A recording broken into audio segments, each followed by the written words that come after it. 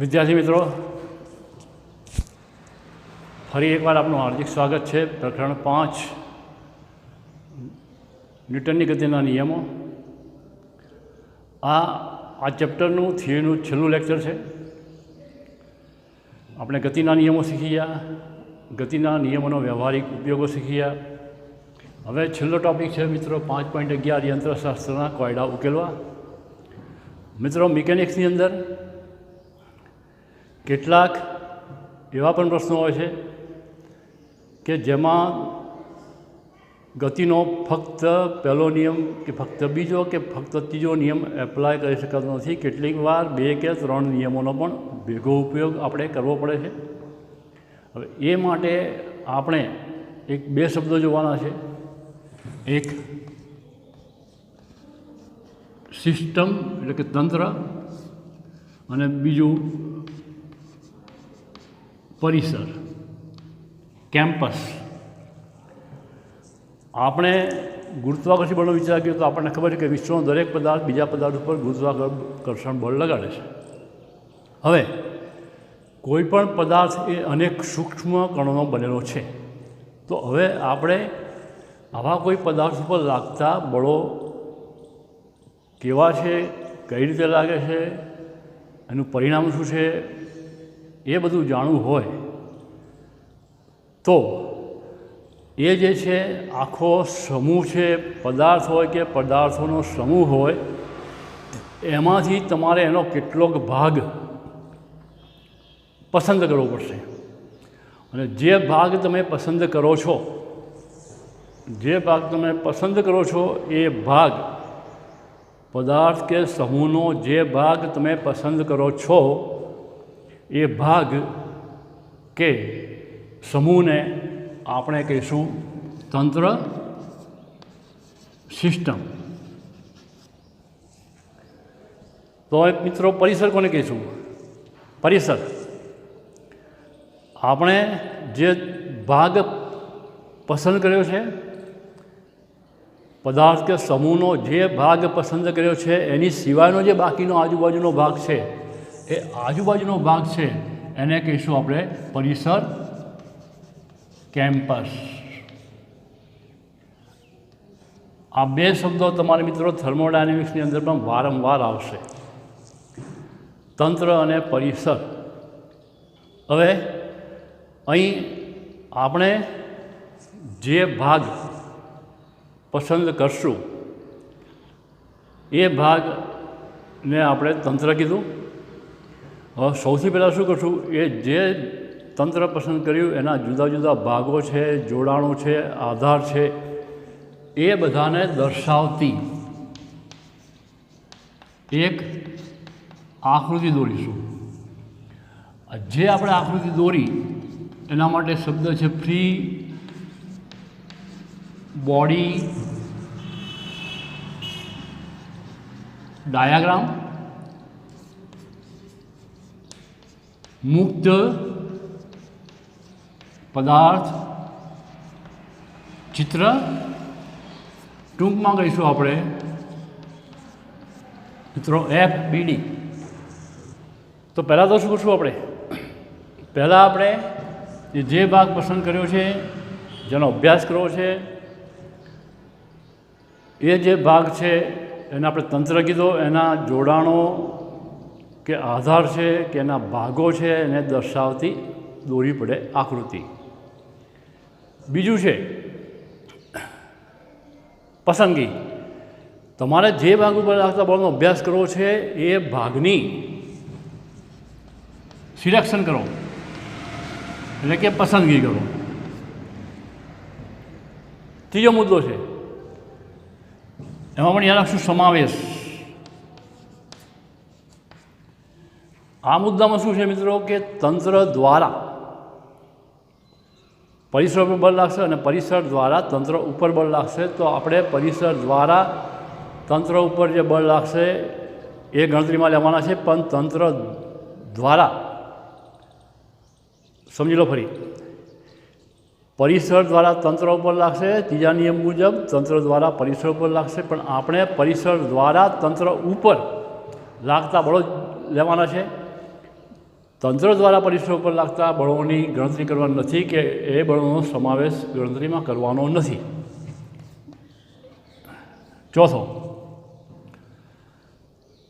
ચોથો મુદ્દો આપણે કીધું કે એવા જ બળોનો સમાવેશ કરશું કે જે બળો આપણે જાણીતા છીએ, જે બળો વિશે આ જ્ઞાત છે, જે બળો આપણે જાણીએ છીએ,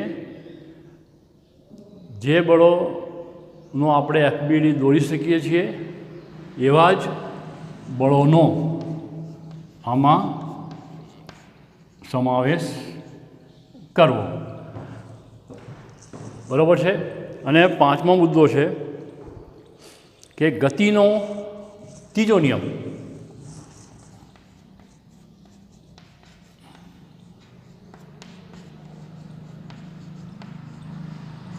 એપ્લાય થતો હોય એ રીતે આપણે ગણતરી કરશું. તો ટૂંકમાં તમે જે તંત્ર કે બ્લોક અને સ્પ્રિંગનું હોય કે બ્લોક અને ઢાળનું હોય, તો આ જે તંત્ર થયું અને એ તંત્રના જુદા જુદા ભાગોને દર્શાવતી ટૂંકમાં એક સાદી આકૃતિ, એને કહીશું આપણે FBD, ફ્રી બોડી ડાયાગ્રામ. આગળના ઉદાહરણમાં આપણે જોઈશું. મિત્રો, તો અહીં થિયરી હવે આપણે પૂરી કરીએ છીએ. ઉદાહરણ 1 થી 5 કેન્સલ છે. આપણે સ્ટાર્ટ કરીશું ઉદાહરણ 5.6 થી. તો જોઈએ ઉદાહરણ 5.6.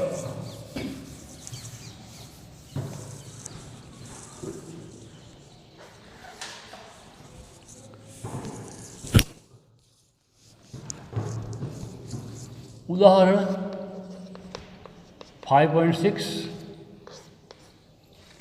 અહીં પણ મિત્રો બ્લોક અને અહીં એક બોક્સ છે.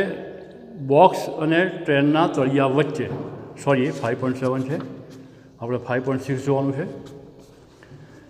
5.6ની રકમ આવી છે કે આકૃતિમાં દર્શાવ્યા મુજબ 6 kg દળને છતથી 2 મીટર લંબાઈના દોરડા વડે લટકાવેલ છે. આ છત છે, આ 2 મીટર લંબાઈનું દોરડું છે.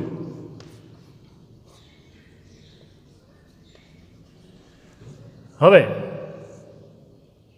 દોરડાના મધ્યબિંદુએ પી પાસે 50 ન્યૂટનનું બળ સમક્ષિતિજ દિશામાં લગાવવામાં આવે છે.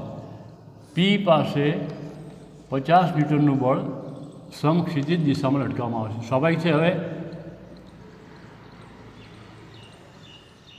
એકચ્યુઅલી મિત્રો દોરડું અહીંયા આવે, ખેંચીએ છીએ એટલે આ પોઝિશન થાય છે, એટલે આ પણ 1 મીટર થયું.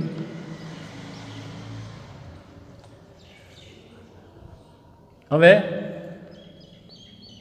આ તણાબળ T1 છે, તણાબળ T2, વજન બળ F બરાબર mg. એ તમને આપ્યું છે મિત્રો 60 ન્યૂટન, 60 ન્યૂટન. હવે શું કહે છે? સંતુલન બિંદુમાં અથવા સંતુલન સ્થિતિમાં દોરડું ઉર્ધ્વ દિશા સાથે કેટલો ખૂણો બનાવશે. આ ઉર્ધ્વ દિશા છે, તમારે કેટલો ખૂણો આવશે થીટા શોધવાનું છે. તો આપણે 2 આકૃતિ દોરશું. એક ડબલ્યુની, અહીંયા વજન બળ છે mg, અહીંયા છે T2. બીજી આકૃતિ દોરીએ છીએ આપણે બિંદુ P પાસે.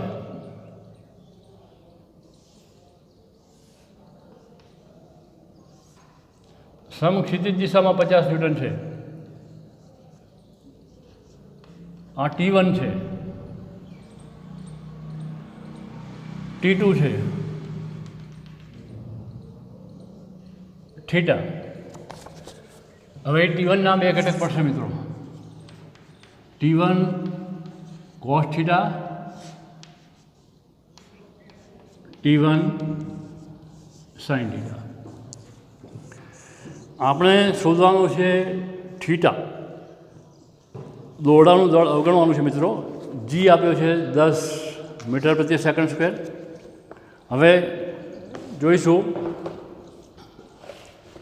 કે સંતુલન સ્થિતિમાં આ એફબીડી જોઈએ. આ એફબીડી છે એ ડબલ્યુનો છે, આ એફબીડી છે એ બિંદુ પીનો છે.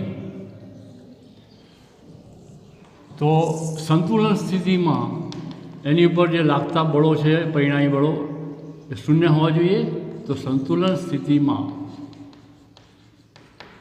બળો શું હશે? T1 sign theta is equal two 50 number 1, અને T1 cos theta is equal two છે T2 અને ઇઝ ઇક્વલ ટુ છે 60.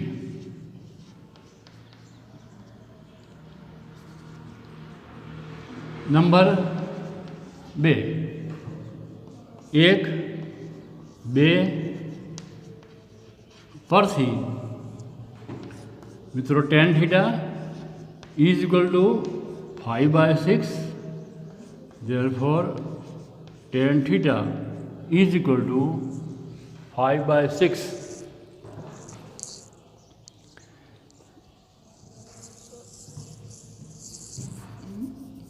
જો કેલ્ક્યુલેટર નથી તમે જોઈ લેજો, tan ઇન્વર્સ 5/6. આનો જવાબ તમને થીટા આપેલો છે ટેક્સ્ટબુકની અંદર, 40 એટલે કે 40 ડિગ્રી.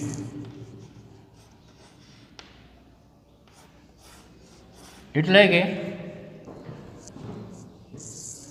50 ન્યૂટનનું બળ સમક્ષિતિજ દિશામાં લગાવ્યા પછી દોરડું હવે ઉર્ધ્વ દિશા સાથે 40નો ખૂણો બનાવશે. ક્લિયર? આ હતું ઉદાહરણ 5.6. હવે ઉદાહરણ મિત્રો આ થોડું અગત્યનું છે, તૈયાર કરજો.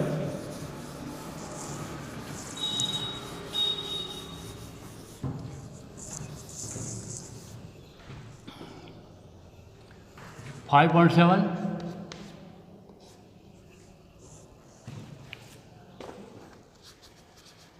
બોક્સ અને ટ્રેનના તળિયા વચ્ચેનો સ્થિત ઘર્ષણાંક મતલબ મ્યુએસ તમને આપેલો છે 0.15. તો ટ્રેનના તળિયા પર રહેલા બોક્સ સ્થિર રહે એ માટે ટ્રેનનો મહત્તમ પ્રવેગ શોધો. આપણે કીધું હતું કે જો ટ્રેનની અંદર બોક્સ સ્થિર પડ્યું હશે તો એ ટ્રેનનો જેટલો પ્રવેગ છે એટલા જ પ્રવેગથી ગતિ કરતું હશે. આમાં બોક્સના જડત્વ આધાર રાખે છે, જો ઘર્ષણ બળ આધાર રાખે છે. જો આમ ના હોત તો આપણે કીધું હતું આવું ના હોત તો ટ્રેનનું જે કમ્પાર્ટમેન્ટ છે, ડબ્બો છે, એનું તળિયું આગળ જતું રહેત અને બોક્સ છેવટે પાછલા છેડા સાથે અથડાત. પણ એવું થતું નથી. અહીં શું કહે છે કે બોક્સ સ્થિર પડ્યું રહે એ માટે ટ્રેનનો મહત્તમ પ્રવેગ કેટલો હોવો જોઈએ. મિત્રો આપણને ખબર છે કે ઘર્ષણ બળ Fs is less than or equal to mu s into n. મહત્તમ થવા માટે Fs is equal to mu s into mg. આ ઘર્ષણ બળ છે બરાબર. Therefore F is equal to ma. બીજો નિયમ લગાવીએ, એપ્લાય કરીએ, mu s into mg. Therefore A is equal to mu s into g. 0.15 into 10 is equal to 1.5 metre per second square. મિત્રો એકદમ ઇઝી જ ઇલસ્ટ્રેશન છે, ઉદાહરણ છે. ફરી લો, ટ્રેનના કમ્પાર્ટમેન્ટમાં ડબ્બામાં બોક્સ એક મૂકેલું છે. બોક્સ સ્થિર રહે એ માટે ટ્રેનનો કેટલો મહત્તમ પ્રવેગ જોઈશે. તમને મ્યુએસ આપી દીધું હતું 0.15. સ્થિત ઘર્ષણના નિયમ મુજબ F S is less than or equal to mu s into N. મહત્તમ થવા માટે લઈશું આપણે F S is equal to mu s into N એટલે એમજી. આ ઘર્ષણ બળ છે. બીજો નિયમ લગાવીએ, F is equal to M A ટ્રેનનો પ્રવેગ છે. M A is equal to mu s into M G. therefore A is equal to mu S into G એટલે 0.15 ઇન્ટુ 10 1.5 મીટર પ્રતિ સેકન્ડ સ્ક્વેર. ક્લિયર મિત્રો? ઇઝી જ છે. ઉદાહરણ હતું 5.7.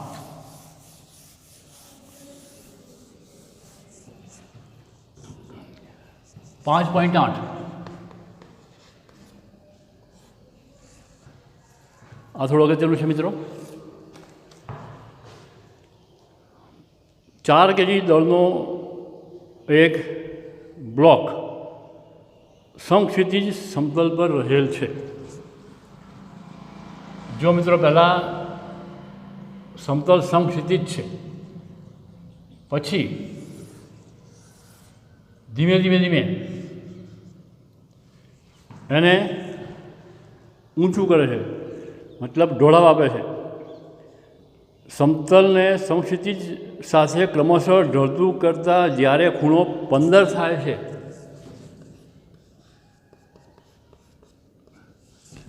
જ્યારે ખૂણો 15 ડિગ્રી થાય છે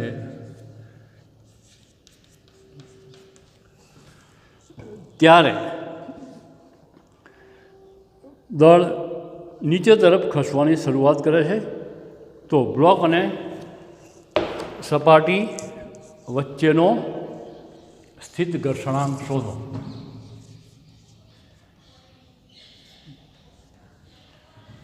આયર્નનું બ્લોક છે. અહીંયા લાગશે વજન બળ એમજી, અહીં લંબ બળ એન,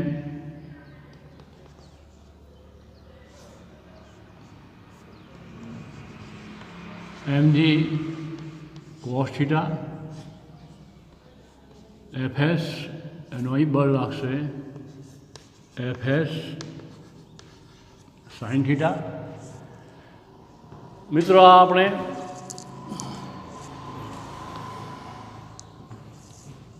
એનો એફબીડી દોર્યો હતો, આટલો જ આવે એફબીડી. આ બિંદુ દર્શાવો, એક આ દર્શાવો અને આ દર્શાવો. તો બિંદુ અહીં કોઈ મૂકીએ પી, તો પીનો એફબીડી આવે. હવે અત્યારે પહેલાં બ્લોક સંતુલનમાં છે. ધીમે ધીમે ઢાળ વધારે છે. 15 ડિગ્રીનો ઢાળ થાય એટલે બ્લોક ખસવાની શરૂઆત કરે છે. મિત્રો અહીં બળો સરખાઈએ તો M G cos theta is equal to N અને એફએસ સાઇન થીટા. ફરી લો, M G cos theta is equal to N અને F S sine theta is equal to sorry આવશે એફ કે. તમારે શોધવાનું છે મિત્રો, ફરીથી રિપીટ કરી લઈએ. તમારે સ્થિત ઘર્ષણાંક શોધવાનો છે એફ એસ.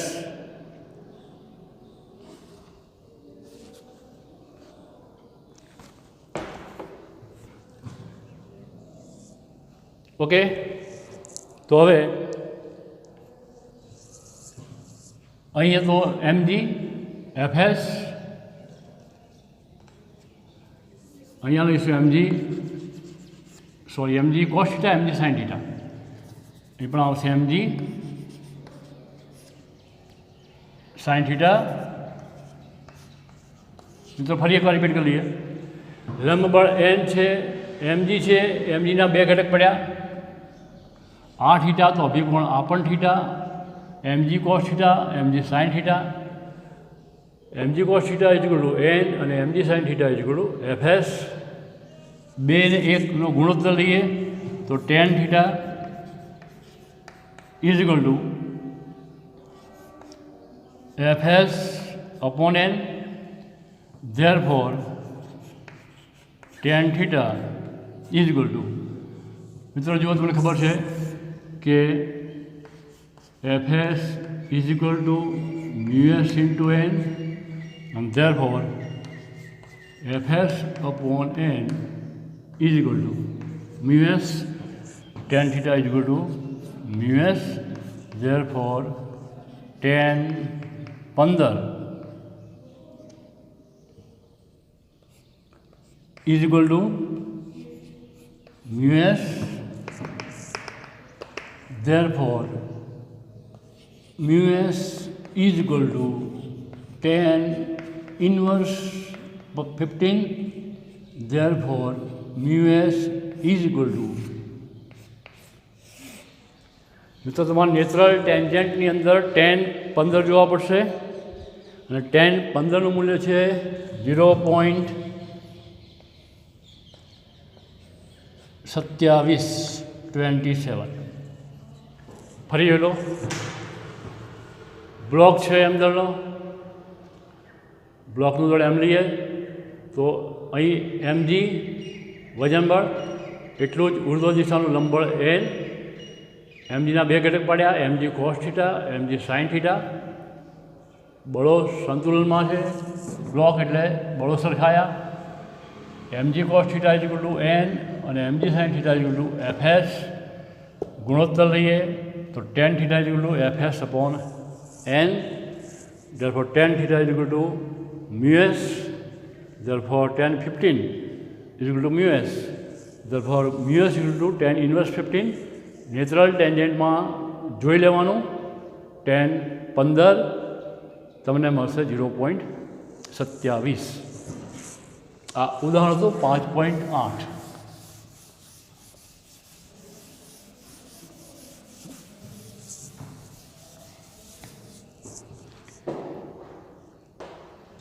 उदाहरण 5.9।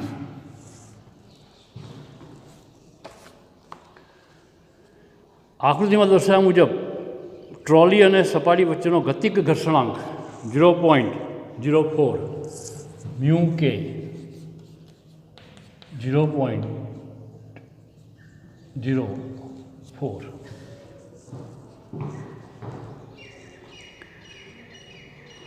तो ब्लॉक और ट्रॉलीना तंत्रनो प्रवेग केटलो हशे? अहीं तंत्र बने छे ब्लॉक और ट्रॉलीनो प्रवेग केटलो हशे? दोरी में तणाव केटलुं हशे?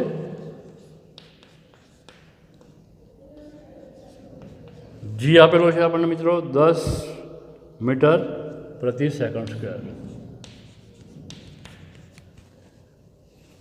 आटलुं लखवानी टेव पाडो दरेक दाखलामां। जो हवे आ टेबल है, आ गरगड़ी है, एम दळनो ब्लॉक है।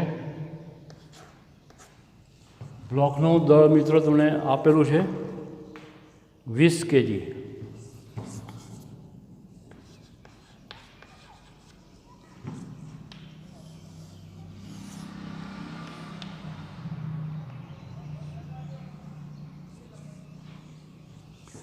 हवे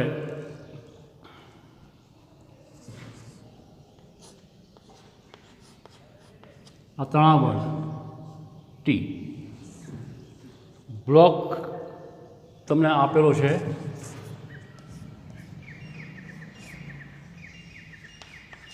3 kg नो तणाव बळ टी। आ टी है दળ છે mg એ પણ તમને આપેલું છે 30 ન્યૂટન.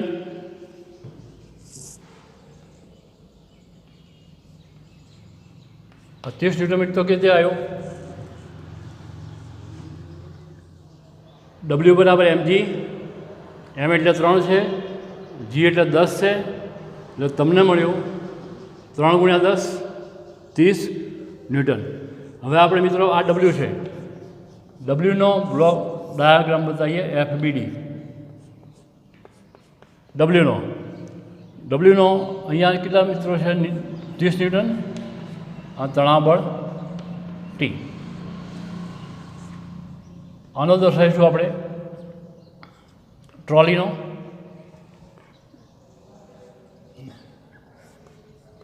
FK T. આ ટ્રોલીનું વજન બળ છે W. ક્લિયર? ચલો હવે આપણે પહેલાં હવે શું થશે મિત્રો? અહીંયા 30 ન્યૂટનનું બળ લગાડ્યું એટલે હવે ટ્રોલી ખસવાની શરૂઆત કરે છે. તો પહેલાં બ્લોક માટે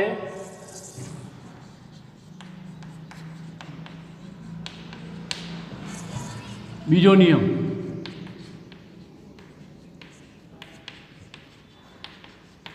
F બરાબર ma. હવે જુઓ અહીંયા ટ્રોલી જમણી બાજુ ખસે છે, બ્લોક નીચે ઉતરે છે. બ્લોક નીચે ઉતરે છે મતલબ 30 ન્યૂટનનું બળ વધારે છે, તણાવ બળ ઓછું છે, મોટામાંથી નાનું બાદ થાય. therefore 30 minus T is equal to ma 3a. હવે ટ્રોલી માટે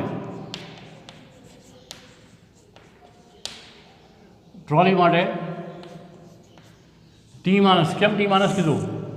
ટ્રોલી આ બાજુ ખસે છે એટલે આ વધારે છે, આ ઓછું છે. તો ટી માઇનસ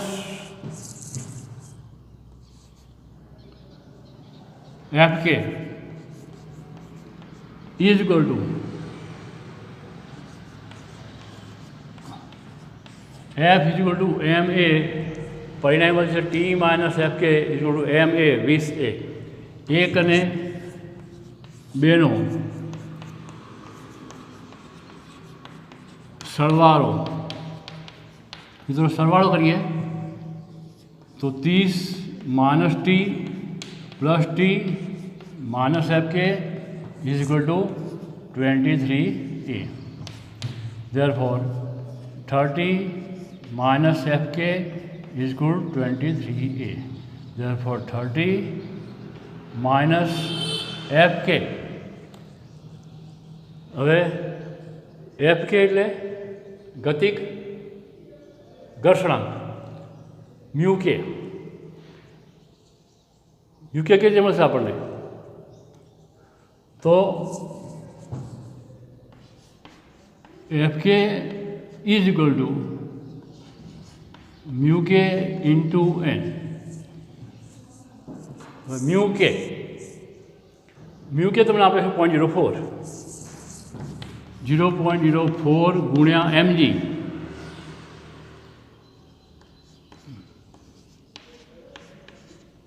આ આવશે મિત્રો 8 ઇઝ ઇક્વલ ટુ 23a. 22 બરાબર 23a. a is equal two 22 23. એ બરાબર 22 ભાગ્યા 23 અને 22 ભાગ્યા 23નો મિત્રો જવાબ છે 0.96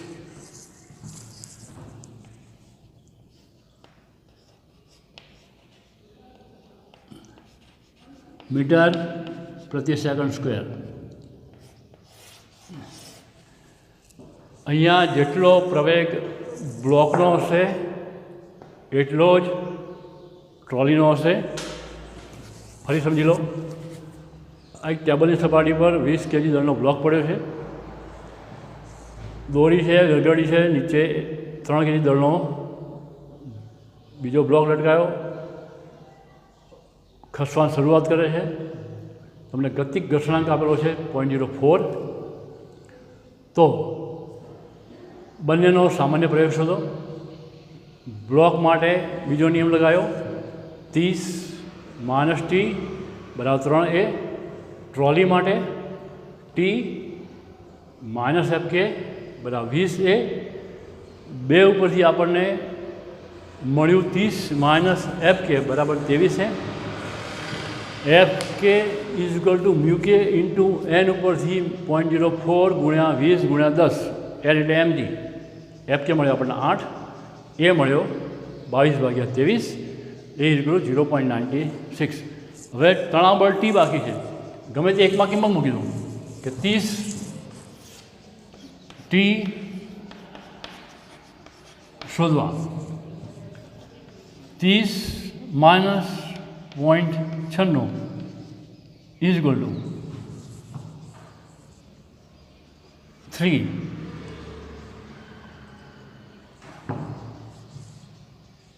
સોરી, 30 માઇનસ આપણે ટી શોધવાનું છે. 30 - t = 3, 0.96. 30 - t =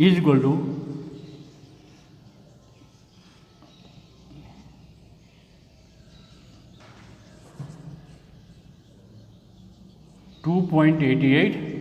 therefore t =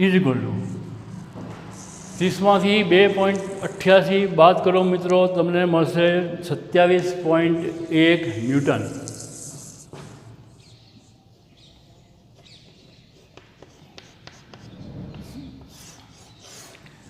તો આ આવી ગયો મિત્રો ટી. ક્લિયર? ઉદાહરણ તો આ 5.9, 10 અને 11 મેં તમને આપી દઉં ઘરે કરવા માટે. હવે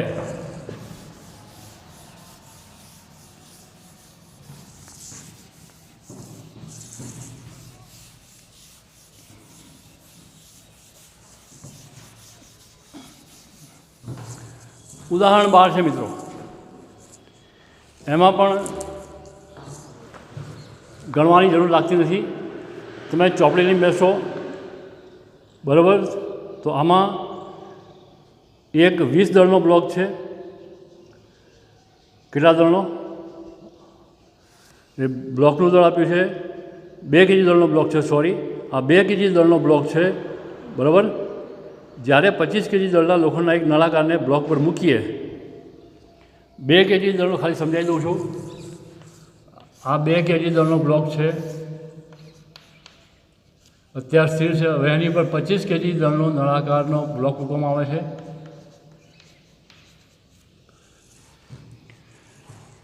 ત્યારે આ આખું તંત્ર એટલે કે સપાટી, એ સપાટી છે એ 0.1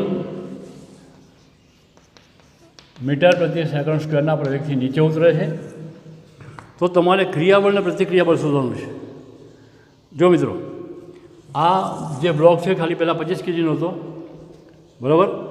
સોરી, 2 kgનો હતો. W = mg, 2 × 10 કેટલા થશે? 20. તો 20 ન્યૂટનનું બળ બ્લોક દ્વારા સપાટી ઉપર લાગશે, એને કહીશું ક્રિયાબળ. ગતિના ત્રીજા નિયમ મુજબ આટલું જ 20 ન્યૂટનનું બળ ઉર્ધ્વ દિશામાં લાગશે, એને આપણે કહીએ છીએ લંબ ક્રિયાબળ, લંબ પ્રતિક્રિયાબળ. આપણે અત્યાર સુધી એને દર્શાવ્યું છે n વડે, અહીંયા દર્શાવ્યું છે r વડે, કારણ કે પેલો પણ એકમ ન્યૂટન છે 20 ન્યૂટનનો, એટલે જુદું પાડવા માટે. કેટલીક વાર લંબ બળને r પણ આવી રીતે કહેવાશે. બીજા કિસ્સામાં શું થાય મિત્રો? આટલો ફેર પડશે. પહેલાં ખાલી 2 kg દળનો બ્લોક હતો, હવે 2 kg દળના બ્લોક ઉપર પેલો 25 kgનો નળાકાર મૂક્યો, એટલે ટોટલ થશે 25 × 2 = 27. એટલે એ ક્રિયાબળ થશે mg, એટલે 25 + 2 = 27 × 10, 270 ન્યૂટન. એ ક્રિયાબળ કહીશું, એટલું જ 270 ન્યૂટન લંબબળ લાગશે ઉર્ધ્વ દિશામાં, એને પ્રતિક્રિયાબળ કહીશું. બરાબર છે. હવે સ્વાધ્યાયના દાખલા 1, 2, 3 કેન્સલ છે. 5.4 કહી દઈએ. લીસા સમક્ષિતિ ટેબલ પર L લંબાઈની દોરીનો એક છેડો, L લંબાઈનો એક છેડો આ ખીલી છે, L લંબાઈનો એક છેડો M દળના કણ સાથે અને બીજો છેડો ખીલી સાથે જોડેલો છે, એને V ઝડપથી ઘુમાવવામાં આવે છે. V તો કણ પર લાગતું ચોખ્ખું પરિણામી બળ એટલે કેન્દ્રગામી બળ કઈ દિશામાં કેટલું હશે? હશે તો દિશા કેન્દ્ર તરફ કેટલું હશે? તો સ્વાભાવિક છે મિત્રો, જ્યારે વર્તુળ ગતિ કરતો હશે ત્યારે દોરી ખેંચાયેલી રહેશે, આમાં જે ઉત્પન્ન થશે એ તણાવબળ ટી હશે. ક્લિયર? એક જોઈ લઈએ સ્વાધ્યાયનો 5.5.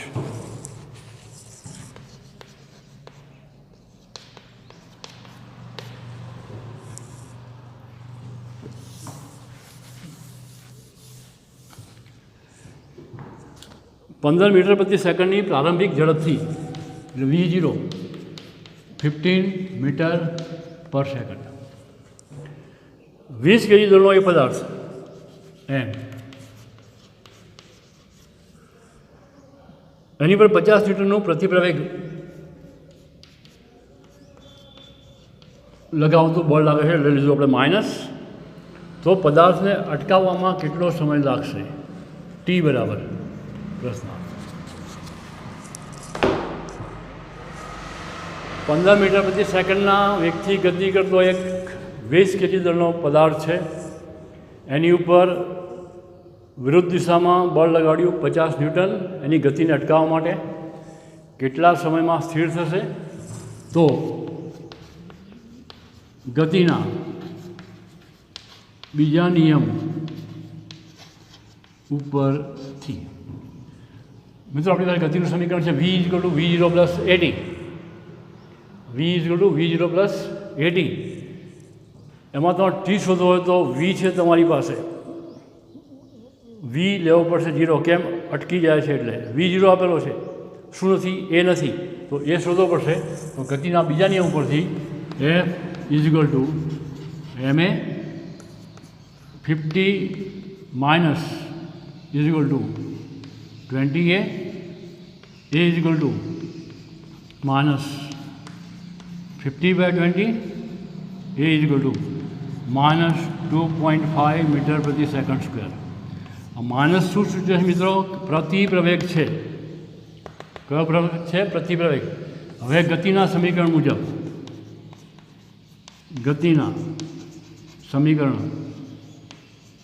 મુજબ V = V0 + AT. અટકી જાય એટલે અંતિમ વેગ 0. V0 15 -2.5 T, therefore 15 is equal to 2.5 T. T is equal to 15/2.5 એટલે 6 સેકન્ડ. આને સ્થિર થવા માટે, અટકવા માટે 6 સેકન્ડ લાગશે. મિત્રો સ્વાધ્યાયના દાખલા આપણે ચાલુ કરી દીધા છે. ઉદાહરણો પણ આપણે જોયું, જેટલા અગત્યના છે એટલા લીધા છે. સ્વાધ્યાયમાં પણ આપણે એ જ પદ્ધતિ અપનાવીશું, પણ જેટલું થાય એટલું થોડું રિપીટ કરતા રહેજો. આભાર.